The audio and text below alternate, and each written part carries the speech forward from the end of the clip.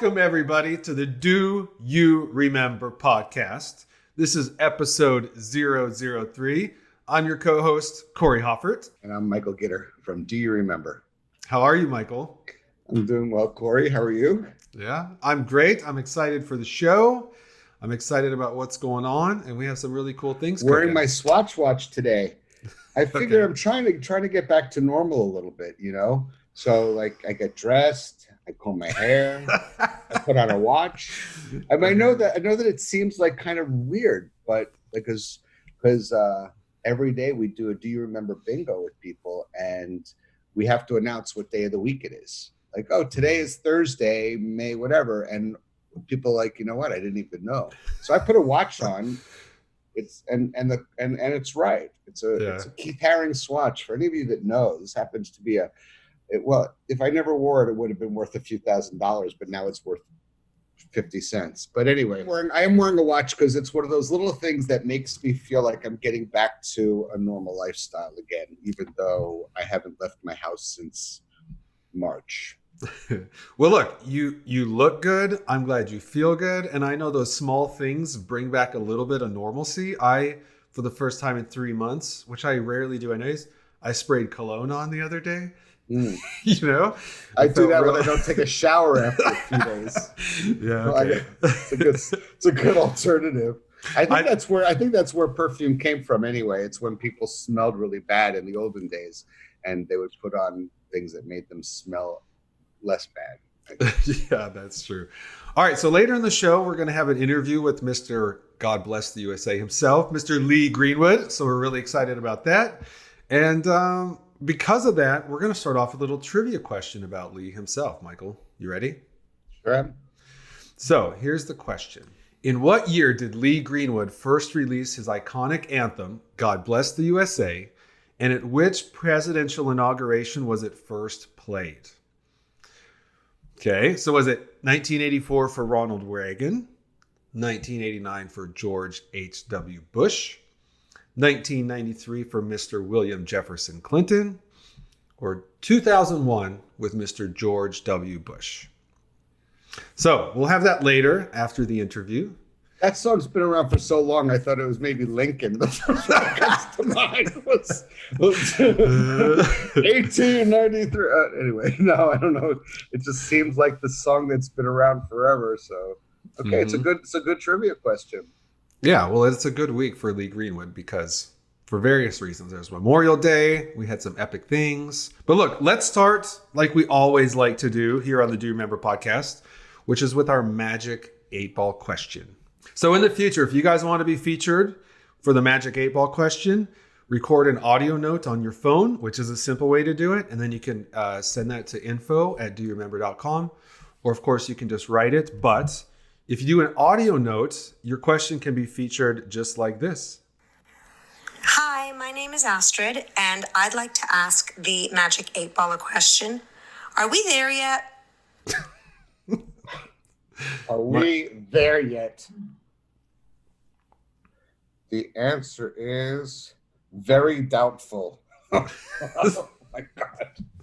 Very doubtful. Okay, sorry about that, Astrid.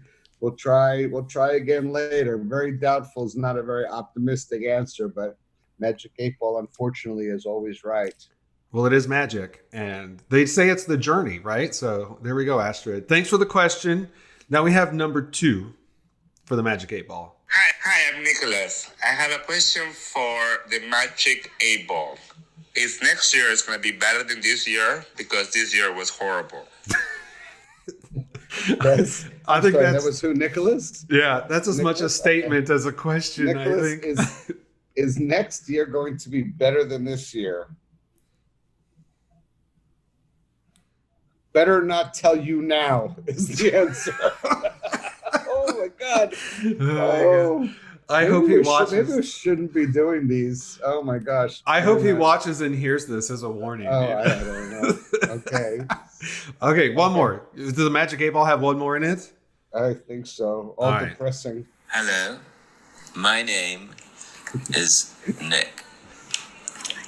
I'd like to ask the Magic 8-Ball, is pork really the other white meat?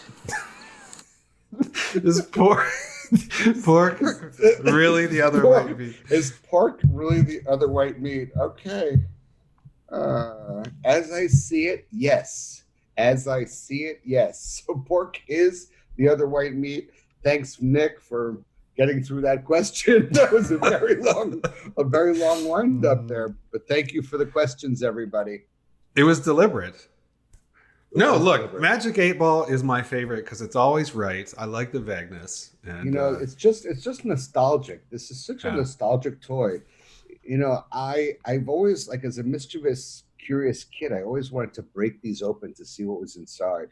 And I think that there's got to be like a bunch of these little answer pellets down there because there's more than like 4 answers. So if it's like, I don't know, a diamond, I don't know, whatever. Yeah, anyway, that doesn't matter. I'm not going to break this open. I'm just going to let it give us depressing ansers. You better not break it open. And you can't know the secrets. Like magic is magic because you don't know how it works. Right, exactly. So let that be a warning to everyone in the audience. No longer magic. Do you remember what happened this week throughout history? Because we're now coming up onto the first week of June, which, judging from what we just learned from the Magic 8 Ball, is good. We quickly get this year over with. But a couple big things happened. June 6th in 1944 was D-Day, which is very, very consequential and memorable for a lot of people in the audience, of course. Yeah. JFK was shot. Was it a big thing? No, it was Robert Kennedy who was shot. Wow, Robert Kennedy was shot.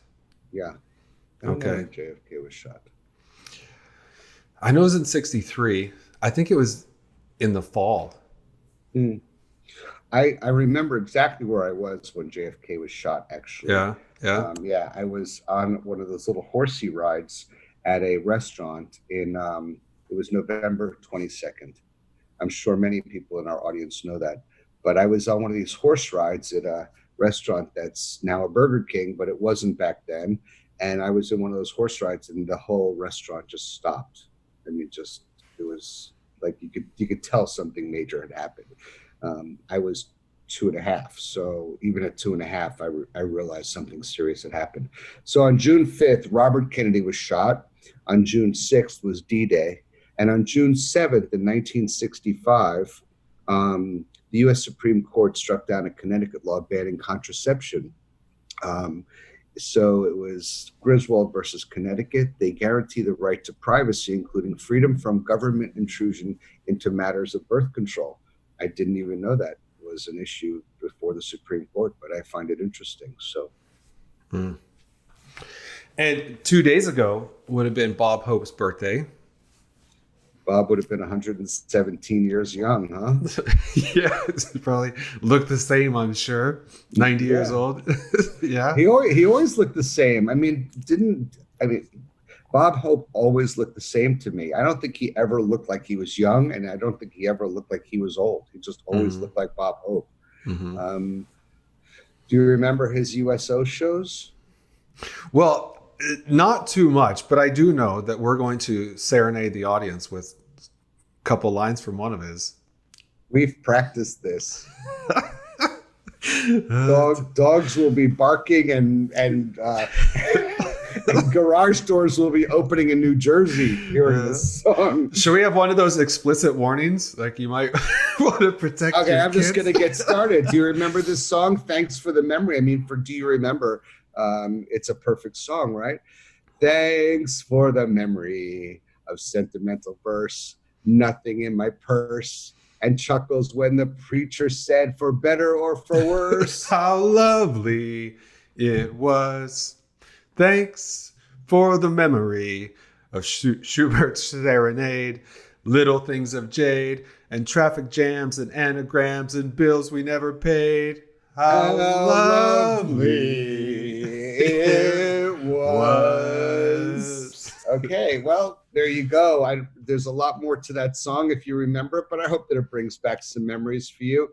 I don't know if you know, but every time Bob Hope sang it, he pretty much had a different verse to that song. When he was singing at Christmas time, he had a Christmas one, and there was all sorts of messages in there. So if Bob was alive at 117, we would have we would have been criticized for the way we sang that song, but it's a tribute, and he meant a lot. So I hope you enjoyed it. I always remember watching Bob Hope a lot when I was a kid, watching with my parents. And if I didn't have those memories, I would never be caught dead singing on video or audio anywhere. So that's a stretch calling that singing just now, but anyway, listen, it was our attempt. Right? Michael, I've been practicing. I know. I had a voice coach, obviously. So LaToya Jackson helped you with that. So what were you most nostalgic for this week? My grandmother's kitchen. It was one of those places where something always smelled good. We had one of these step stools that had sort of a fold down step to it. I was able to drag it over to the stove, climb up on this padded vinyl yellow thing in this yellow kitchen with these yellow utensils and this yellow bowls and everything. And grandma, I said this the other day to someone, I don't think I ever saw the front of my grandmother. It was always like her facing the stove, It's just always grandma with the back of her dress and like the apron wrapped around her, always cooking up something. So whether it was cakes or puddings or some stuffed cabbage was always one of her things, or big stews and soups. I was nostalgic for it. I was nostalgic for the smells. I was nostalgic for the simplicity. I was nostalgic for the quiet moments of just hearing the things that were cooking, the boiling and everything. There wasn't a whole lot of noise in there. It was just, you could actually enjoy each other's company without filling the space with words. And it was something I thought about. I was thinking, I'm really tuned into the sense of smells. So when I smelled, in my mind, when I smelled something and it triggers off, that memory, she used to make gingerbread cookies. And gingerbread was a very distinctive smell. And when gingerbread cookies I actually like to bake them more than I like to eat them. But they were very nostalgic. And so now if I smell gingerbread, if it just happens to be that right moment, it'll take me right back to grandma's kitchen, climbing up on that stool, standing there, waiting for her to lick the bowl of whatever she might be cooking that's sweet and delicious for dessert, showing me what she was doing. She would be a commander of those 4 stove tops. Something would always be boiling or frying or very rarely steaming, come to think of it. Most of the things that she made was never steamed, but it was fried and boiled and delicious. Yeah. So I was nostalgic for that, and it brought me back. My family's Scandinavian.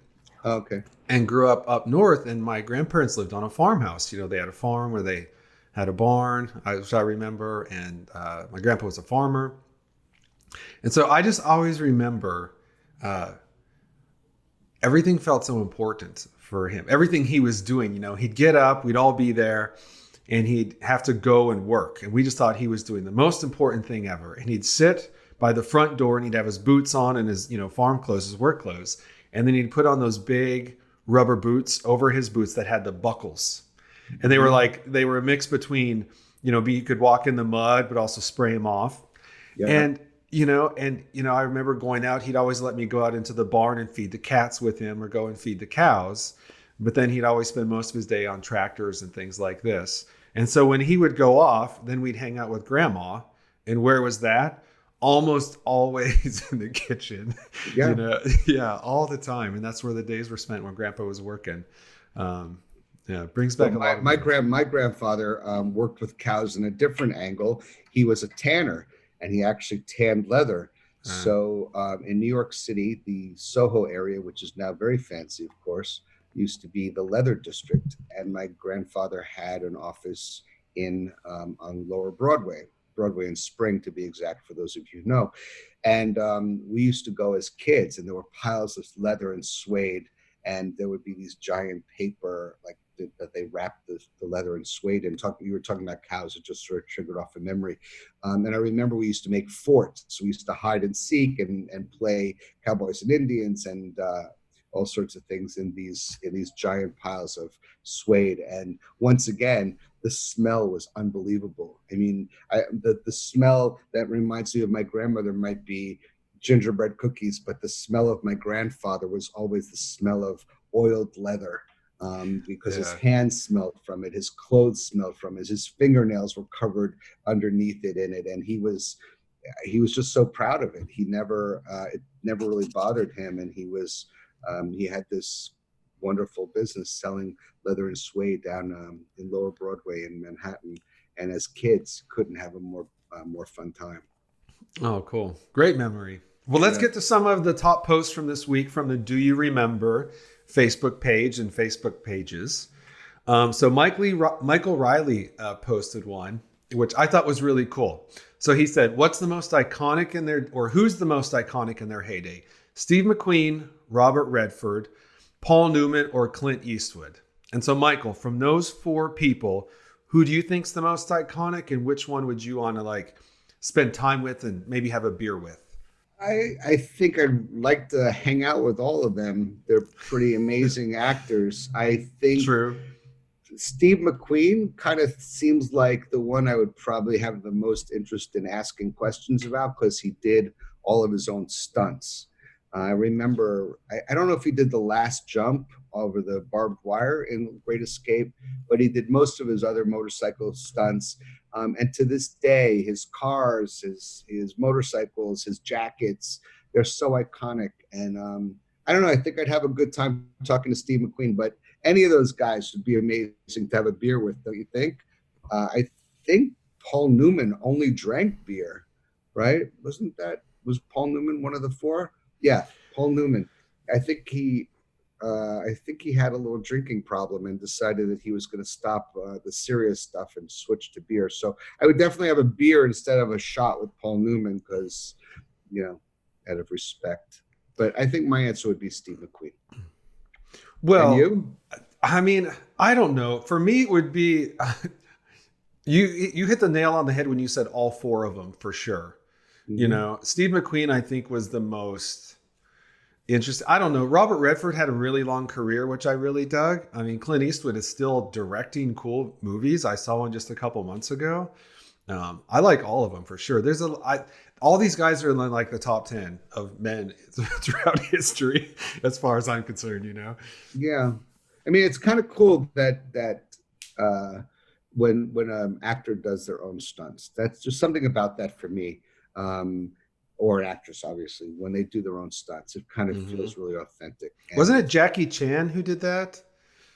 More recently, he was kung fu and fighting movies. Yeah, I think a number of them did their own stunts. I know Tom Cruise recently, when he was in one of the Mission Impossibles, he was the guy. It opens up. The opening scene is him taking off on a plane, but he's on the outside of a plane. And they had to film that 8 or 18 times. And so he did those. In that same movie, I don't know if it was that same movie, but one of his films, he was on the outside of the Burj Dubai, climbing out there on the... I actually went to Dubai and I saw the Burj Dubai, and I can't even look out those windows. I definitely wouldn't hang out the side of them. So, and they're talking about him going to the space station and doing his next film in the space station, which is kind of fascinating. Be amazing to do that. Especially with what's going on in the world today. Yeah, I saw a funny post, and they took off from Cape Canaveral the other day, and somebody said, good choice. Leaving Earth. We won't focus on that. Okay, another top post was from Fred Skoboda, and he posted, this is kind of what we were already talking about, but he said, if you're blessed to know your grandfather, what was the one thing you remember most?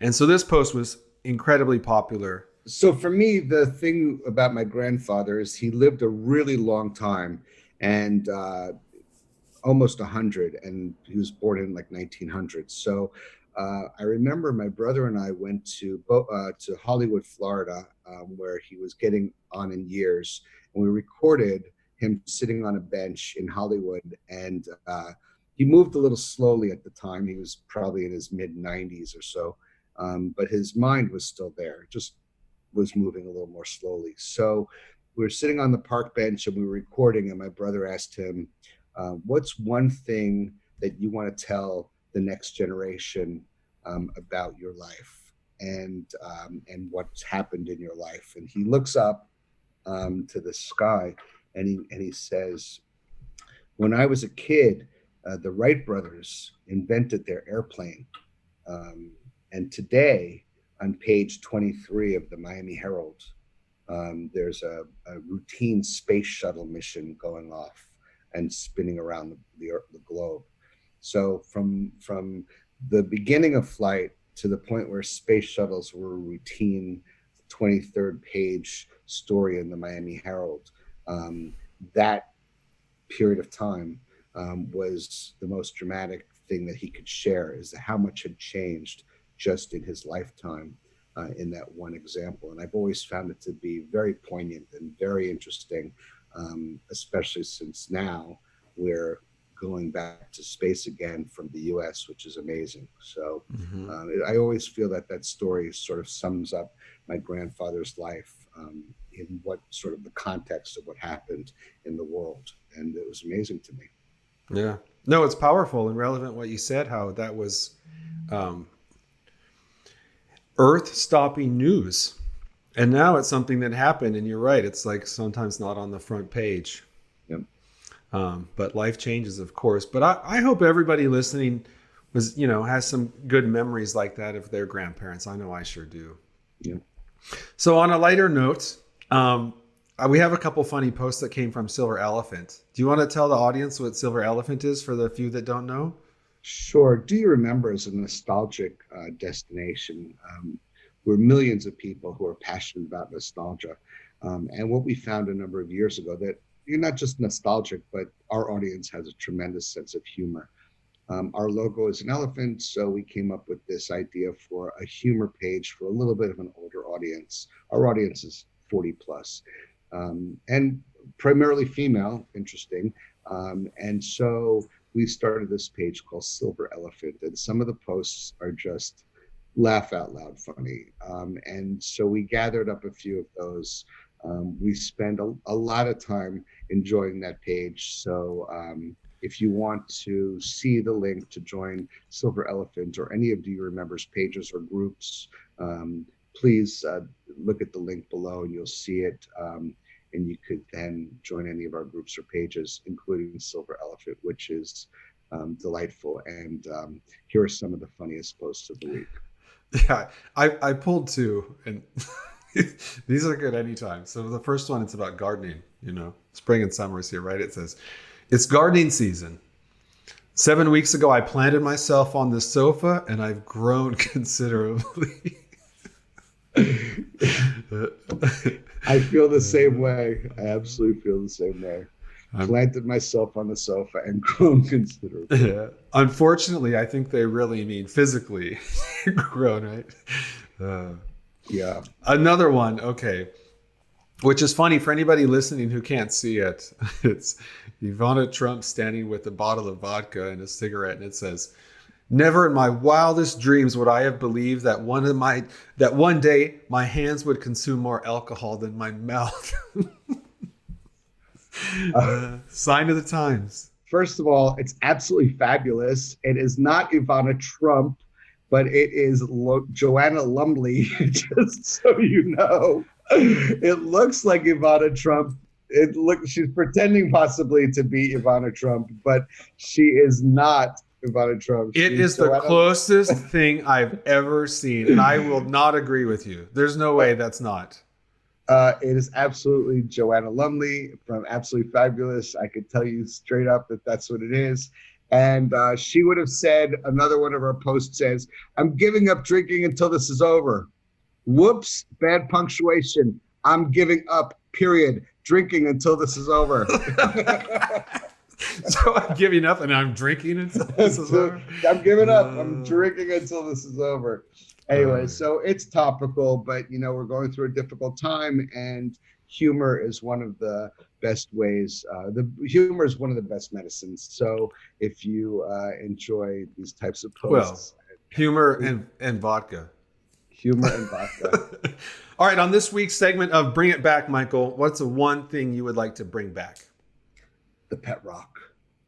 The pet rock. That's what I want to bring back. I want to have a pet in my house. I want to be able to train it. I have plenty of time. I'm going to buy one. I'm going to bring it in. We're going to try to teach it how to come, how to sit, how to play, how to stay. Maybe we can get it to mate. Who knows? The pet rock.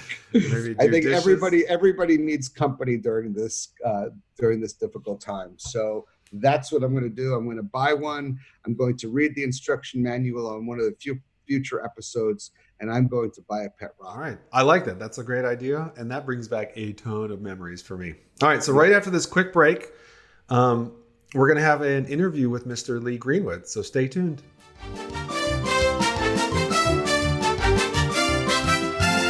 Well, welcome everybody to the Do You Remember podcast. And we are really excited to have a special guest with us today on Memorial Day, Mr. Lee Greenwood. Good morning, Lee. Good morning, Corey. Thanks for coming on the air with me on my iPhone here in Tennessee. Well, it looks amazing. Even though it's on an iPhone, it looks really good. Thank you for taking the time. You have a whole lot of fans here.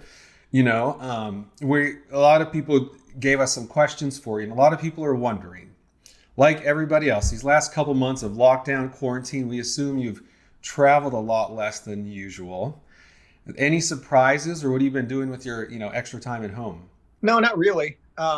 We've just been trying to be very safe, so because I'm at risk, and we just didn't take any chances because I have so much to contribute to this, not just this Memorial Day, but if you remember after 9/11, one of the things that brought us back as a country was sporting events.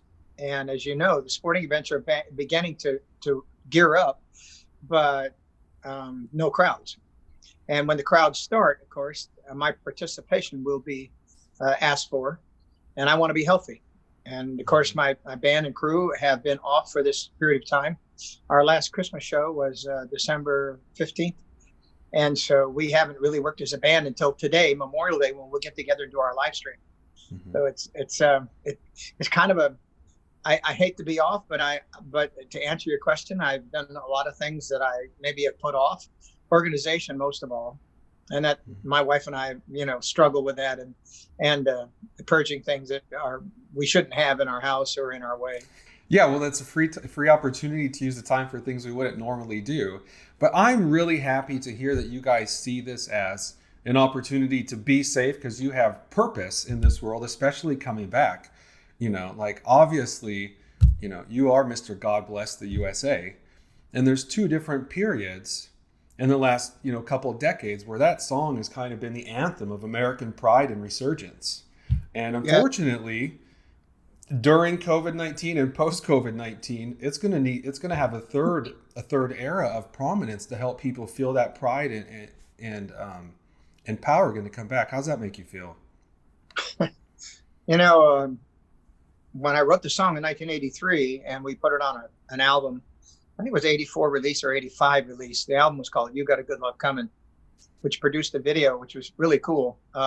We filmed it at the London train station, and Patrick Duffy from the cast of Dallas was a cameo on it. And that was scheduled for release. It wasn't until Universal stepped in and actually said, we'd like God Bless USA to be the single off that album first. And so that's kind of started the trend, which would take place in the next 3 decades, as you pointed out. But things that, particularly crisis, that transpired, we did not expect. And first, I think, was the Gulf War, and then Katrina, and then 2001, and the attack on America. And each time I was thrust to the forefront, not just with the administration at the time, but through my touring, because we toured heavily after each one of those events to try to help the country unite. And that's why I wrote the song, Corey. It was to, at some point in history, help the country unite. And, I had no idea how large of a role that it would play and that I would play. Yeah, well, music brings people together and it all makes people feel something. It's obviously incredibly important, especially at times like these, So that's really great. We're excited for what you're doing this afternoon. But today, Memorial Day, I was supposed to sing at the Coca-Cola 600, what I generally do every year. And it's a NASCAR race out of Charlotte. And I've been in touch with the people, over the last month or so. And they just, were on the fence about having a crowd, not having a crowd. And finally they decided, no, this isn't going to happen. No audience, will run the race, and everything will be thrust to television. And so I'm sitting home today and doing my own live stream show instead. I regret that because, as you just pointed out, sports and music are very important to the public, and that's what we miss the most. Yeah. No, I'm with you, especially on sports. That's how I pass a lot of my personal time, So, we always say nostalgia starts with "Do you remember?" And every memory does. And is there something that makes you most nostalgic right now? I just remember things that I've sang, places I've sang, and through this digital age, unlike, I'm old enough to remember we didn't have digital, and so as you look back at some of the videos you've had of performances past, there was one that we saw last night that one of my sons sent me from the East-West Shrine game, and I didn't even remember doing it, and so I had to recall the event and when it was, and that kind of nostalgia really, it just kind of makes you warm inside to know you've done something in the past that was good. And I'm kind of a perfectionist, so if I execute something that really makes me feel good about my craft and about my performance, then to reflect on it is definitely pretty cool nostalgia. Yeah. Do you have a favorite place you played or a specific show that you remember more than any other? I'm glad you asked that. There's apples and oranges, Corey. There's, first of all, if I compare my performance at the West Wing of the White House for the Reagan administration, that's hard to compare to anything. Also, a performance on the Nimitz aircraft carrier in the Persian Gulf for the Navy, hard to compare that. But your first part of the question is a favorite place. I do have a favorite place to play, and oddly enough, I've been there twice. It's called The Joint. It's the Hard Rock in Tulsa, Oklahoma. Being you're from Oklahoma, I am, yeah, or spent time in Oklahoma. Yeah, no, I'm from Tulsa, actually, believe it or not. Yeah, but that's a beautiful venue. And I was in Vegas 20 years, just performing in all the venues, had shows, and I was even a dealer in the casinos. And I was really aware of these plush, environments for performance, which is pretty cool. I mean, I worked in the Elvis era, in the same hotel as he played as well for some time. And remembering those monster, big rooms, seat 1,500 or whatever, to me that was big. Of course, then when I started touring and I found out there were much larger places, arenas and stuff like that, I was like, oh my gosh, there's bigger places than this. But the Hard Rock has done such a great job with The Joint, and that's what it's called. And the management makes it a perfect environment for the entertainer. They have everything at your disposal. It's a beautiful tiered seating arena where at the very top they have a glass where the high rollers will be behind the glass. They may not want to hear the act, but they like to kind of look down at the act. It's kind of like a perk. And then, but the seating is really beautiful as a amphitheater, and this a wonderful big large proscenium stage, great backstage area where every time we play there, they give us some kind of gift. And it has great catering rooms, and you never forget the catering. Yeah, well, they'll be even nicer to you now next time you're there. That's a really nice endorsement. So yeah, you kind of made your bones in Vegas in the 60s and 70s. I mean, obviously that was quite a wild time to be there. And then when you see Vegas now, what a transition that's been through, huh? Yeah, it is. And you may not remember the time when we had the oil crunch. And Vegas turned out the lights on the Strip as a token, but it was like shutting down the neon because it was causing so much electricity. And of course, the Colorado River feeds through Hoover Dam, Boulder Dam. It feeds Las Vegas, Phoenix, Arizona, Los Angeles. And so they were trying to figure out that all out. And so Vegas said, "Oh yeah, we'll step up and turn out the lights." They did that for one night. It was like, that's all we could afford. It made the papers. The pandemic has taken a toll on Vegas as well, and it just I feel kind of bad for them. But you're right, the town changed over the years. I mean, really changed. It was sort of grassroots when I went there in 1960. We were out of high school, and I played the Stardust Hotel for a year to kind of get my feet on the ground as a relief act from all the majors. And then I broke up the band that I had and just stayed there as a working musician and played a variety of things, which all gave me experience for what was coming at least I hope it was coming. And then later on, I found out, the right moves put me in the right place at the right time. Mm-hmm. Do you think it would be easier to make it today in Vegas or when you did? Because it's become more entertainment than what it was, grassroots, like you said. Does that make it more challenging? No, it's much more difficult now. It's much more difficult anywhere. Mm-hmm. And not just because of the numbers, but it's about money. In the old days, I brought my band and we could play a venue for 5 or 6, nights or whatever with 6 members in the band. There was even bands there that I competed with that had 10 members of the band and they could work consistently.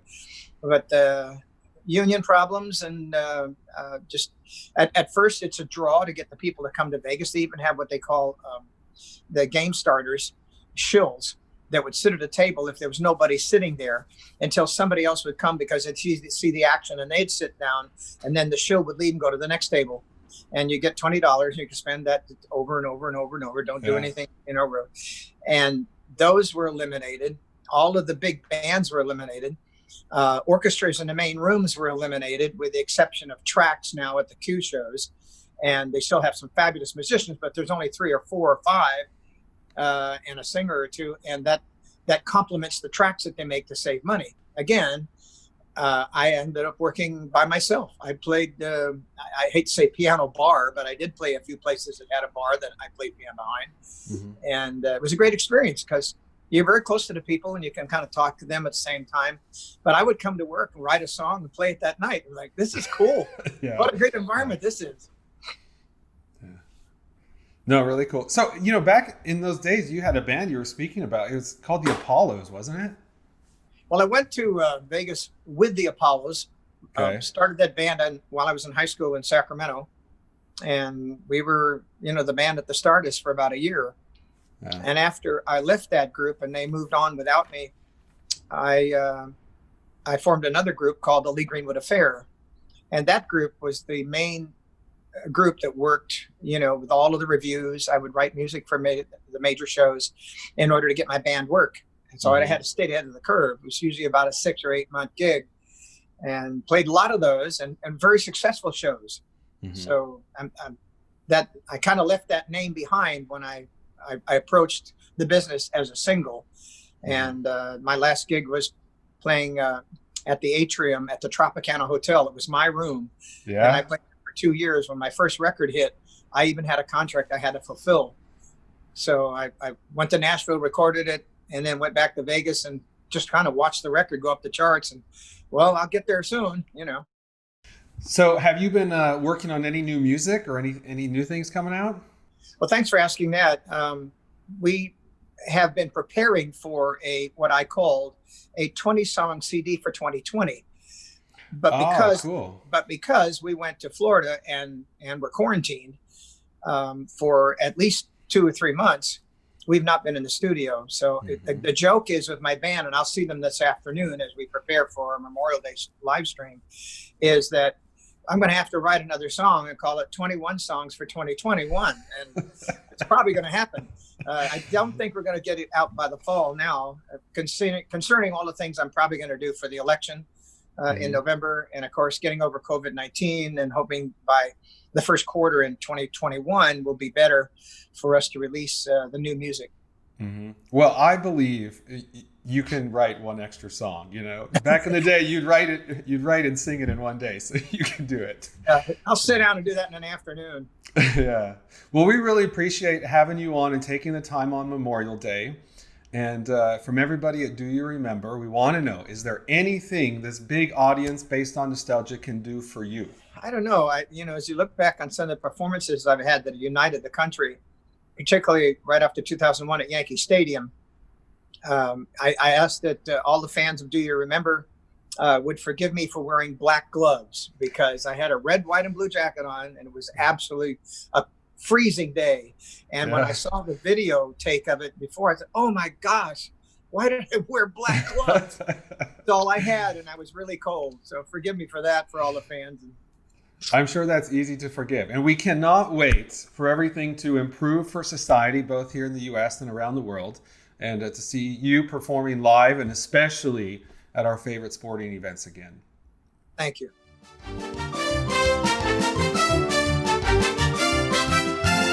Okay, so we're back after that awesome, cool interview with Lee Greenwood. Thanks, Lee, for being part of this. And hopefully you guys checked out his live stream on the Do You Remember page on Memorial Day. It's, Mr. God bless the USA himself. And so back to the trivia question, which was about him. Remember, Michael, in which year did Lee Greenwood first release his iconic anthem, God Bless the USA? And at which presidential inauguration was it first played? Was it 1984 for Ronald Reagan, 1989 for George H.W. Bush, 93 for William Jefferson Clinton, or 2001 for George W. Bush? And the answer is, of course, as you said, you thought it was Lincoln. It was the Gipper. It was Reagan in 1984. Oh, amazing. Long time ago, right? Mm-hmm. I thought it was in 1991. I thought it was in 2001 when it really became big, but I didn't realize it was 1984.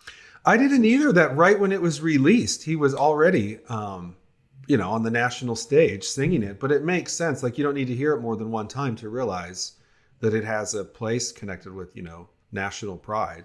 Yeah. Does that bring back a specific feeling of national pride for you?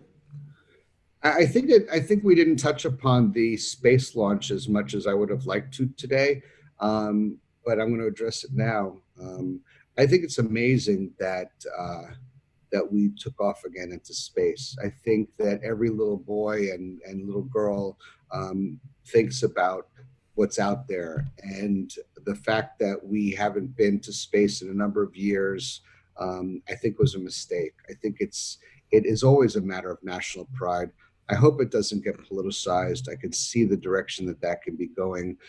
To me, this is not a political thing. It's just being prideful of being an American, really being prideful of the technology and the engineering and the sheer will to make this happen. It takes so many moving parts to make this happen, and just to see it, I hope it inspires a whole new generation, because they landed on the moon on July 20th, 1969. That was my 8th birthday.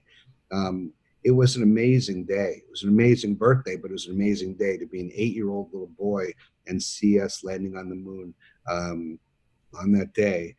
It's something that nobody ever forgot. We kept the Life magazines forever from those days, Life and Look magazines. I still sort of have those strong memories of where I was and what I was doing, just like the discussion earlier of, knowing where you were, where JFK was shot, or 9/11, or some of these other both good and bad moments in history. Landing on the moon was one of those amazing moments in history, and yesterday was an amazing day. I was emotional about it. I was rooting for it. I was thrilled to see it. It went off without a hitch.